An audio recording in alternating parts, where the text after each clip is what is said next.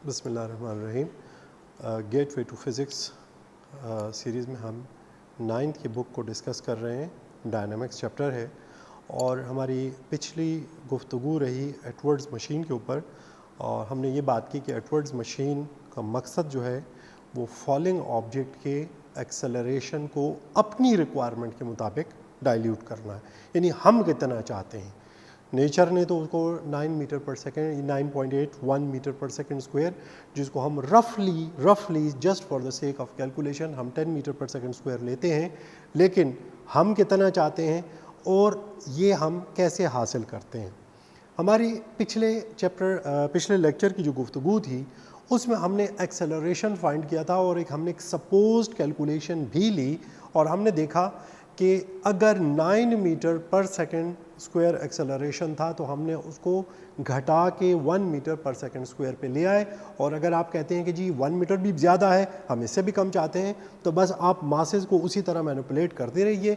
हमारे पास आखिर में कुछ ये एक रिलेशन आ गया था, जी m2 minus m1 over m2 plus m1। चलें स्ट्रिंग वही एडवर्ड्स मशीन को फिर ड्रॉ कर लेते हैं, क्योंकि शायद कुछ स्टूडेंट्स ऐसे हों जिन्होंने पिछली वीडियो को ना देखा हो। हालांकि ये याद रखिएगा स्टूडेंट्स के बग़ैर पिछली वीडियो को देखे उस लेक्चर को सुने आप ये लेक्चर बिल्कुल भी नहीं समझ सकते। ये बहुत ज़रूरी है कि आप पिछली वीडियोस को देखें। इससे जो ये 2 हिस्सों पर मुश्तमिल वीडियो है, ये m1 है, ये m2 है, और हमने पीछे डिस्कस किया इसका वेट डाउनवर्ड एक्ट कर रहा है, इसका भी वेट डाउनवर्ड एक्ट कर रहा है, यहाँ पे टेंशन प्रोड्यूस हो रहा है, और यहाँ पे हमारा आज जो गुफ्तगू है या हमारी आज की जो मैथमेटिकल डेरिवेशन है उसका मकसद इन स्ट्रिंग्स के दरमियान इन स्ट्रिंग्स के ऊपर मौजूद टेंशन को डिटरमिन करना है कि अगर हमने चाहा कि हम एक्सेलरेशन कैलकुलेट करें, तो उसमें अगर हमें मासेस जो पिछले एक सपोज्ड हमने वैल्यू ली थी अगर हमारे पास वो आ जाए, तो क्या हम इन रोप्स में, इन स्ट्रिंग्स में, इस वायर में टेंशन को फाइंड आउट कर सकते हैं, कैलकुलेट कर सकते हैं या नहीं। अब अगर आप पिछले लेक्चर में जाइए तो वहाँ पे हमारे पास एक रिलेशन कुछ यूँ आया था, F2 is equal to W2 minus T, बल्कि इसको लिखा हमने यूँ था M2A is equal to M2G minus T, और इसको हमने नाम दिया था इक्वेशन 2 का। आप इक्वेशन 1 भी यूज़ कर सकते हैं, इक्वेशन 2 भी यूज़ कर सकते हैं। यहाँ पे हमारे पास a की वैल्यू, यहाँ पे हमारे पास a है, और पिछले लेक्चर में हमने ये रिलेशन डिटरमिन किया था a की वैल्यू फाइंड करने का।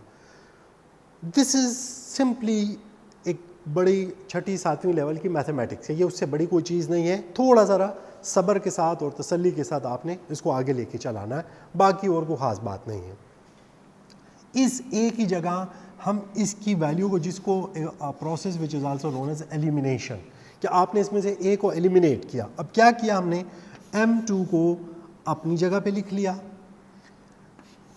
a की जगह हमने a की वैल्यू डाल दी which is g m2 minus m1 over m2 plus m1। उसके बाद हमारे पास ये इक्वल साइन आता है, ये इक्वल साइन मैंने अपनी जगह पे लगा दिया, m2g आता है, m2g मैंने वहाँ पे लिख दिया, माइनस है माइनस लिख दिया, t है t लिख दिया। तो अब देखिए कि मैंने सिर्फ a को बीच में पुट किया है, बाकी मैंने सारी इक्वेशन को एज इट इज़ लिखा, और कोई चेंज मैंने इसके दरम्यान में नहीं की। अब यहाँ पे हम एक छोटा सा काम ये कर लेते हैं कि t को या इसको उधर पहले मल्टीप्लाई कर देते हैं कि थोड़ा सा हमारे पास चीज़ की m को अंदर मल्टीप्लाई करेंगे तो m2g m2 माइनस m1 हो जाएगा, m2 प्लस m1 और उसी तरह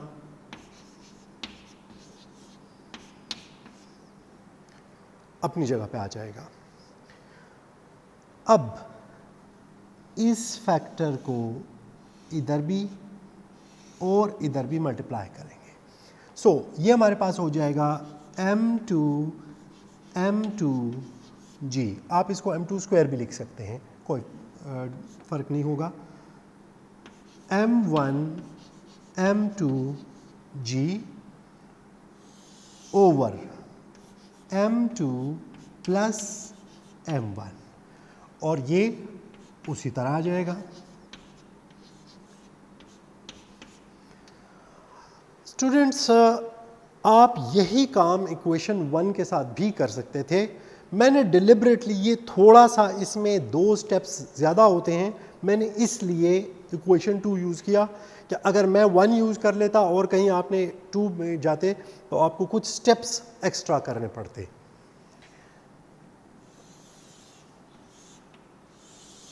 अब मुझे चाहिए, ये देखिए कि हमने हमारे टॉपिक में भी आप देख लीजिए तो हमने कैलकुलेटिंग टेंशन, यानी हम टी फाइंड आउट करना चाहते हैं। अब अगर टी को मैं इस साइड पे शिफ्ट कर दूं इक्वेशन की, तो ये नेगेटिव है, उधर जाके पॉजिटिव हो जाएगा। So T is equal to, और अगर इस पूरी फ्रैक्शन को मैं उधर ले जाऊं तो देखिए m2g तो अपनी जगह पे आ जाएगा, minus m2g minus m1 m2g,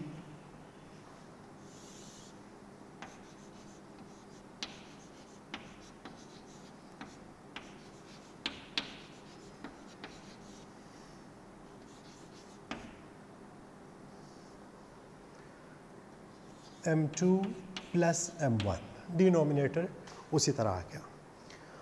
अब स्टूडेंट थोड़ा सा इस चीज़ को रोक कर मैं यहाँ पे आता हूँ। a प्लस बी ओवर सी, मेरे पास एक दो फ्रैक्शंस हैं, इनको मैंने ऐड करना है।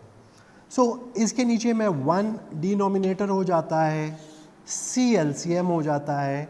डिनोमिनेटर को आपने 2 दफ़ा डिवाइड कर देना है, ये जो एलसीएम है उसको 2 दफ़ा आपने डिवाइड कर देना है, एक दफ़ा इस डिनोमिनेटर से, एक दफ़ा इससे।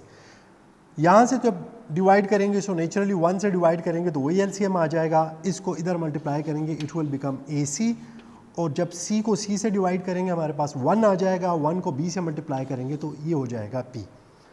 अगर आपकी समझ में ये बात आ गई है, और ये आप ही जानी चाहिए क्योंकि ये फ्रैक्शंस जो हैं हम 4th 5th क्लास में सॉल्व करके आते हैं, लेकिन चूँकि इतना वक्त गुजर जाता है तो हमारे स्टूडेंट्स को अक्सर भूल जाते हैं। चलें, मैं इसको यहीं पे छोड़ दूँगा। अब ये हमारे पास देखिए एलसीएम है, और इसके नीचे मैं 1 डिनोमिनेटर ले लेता हूँ, तो टी अपनी जगह पे छोड़ देते हैं।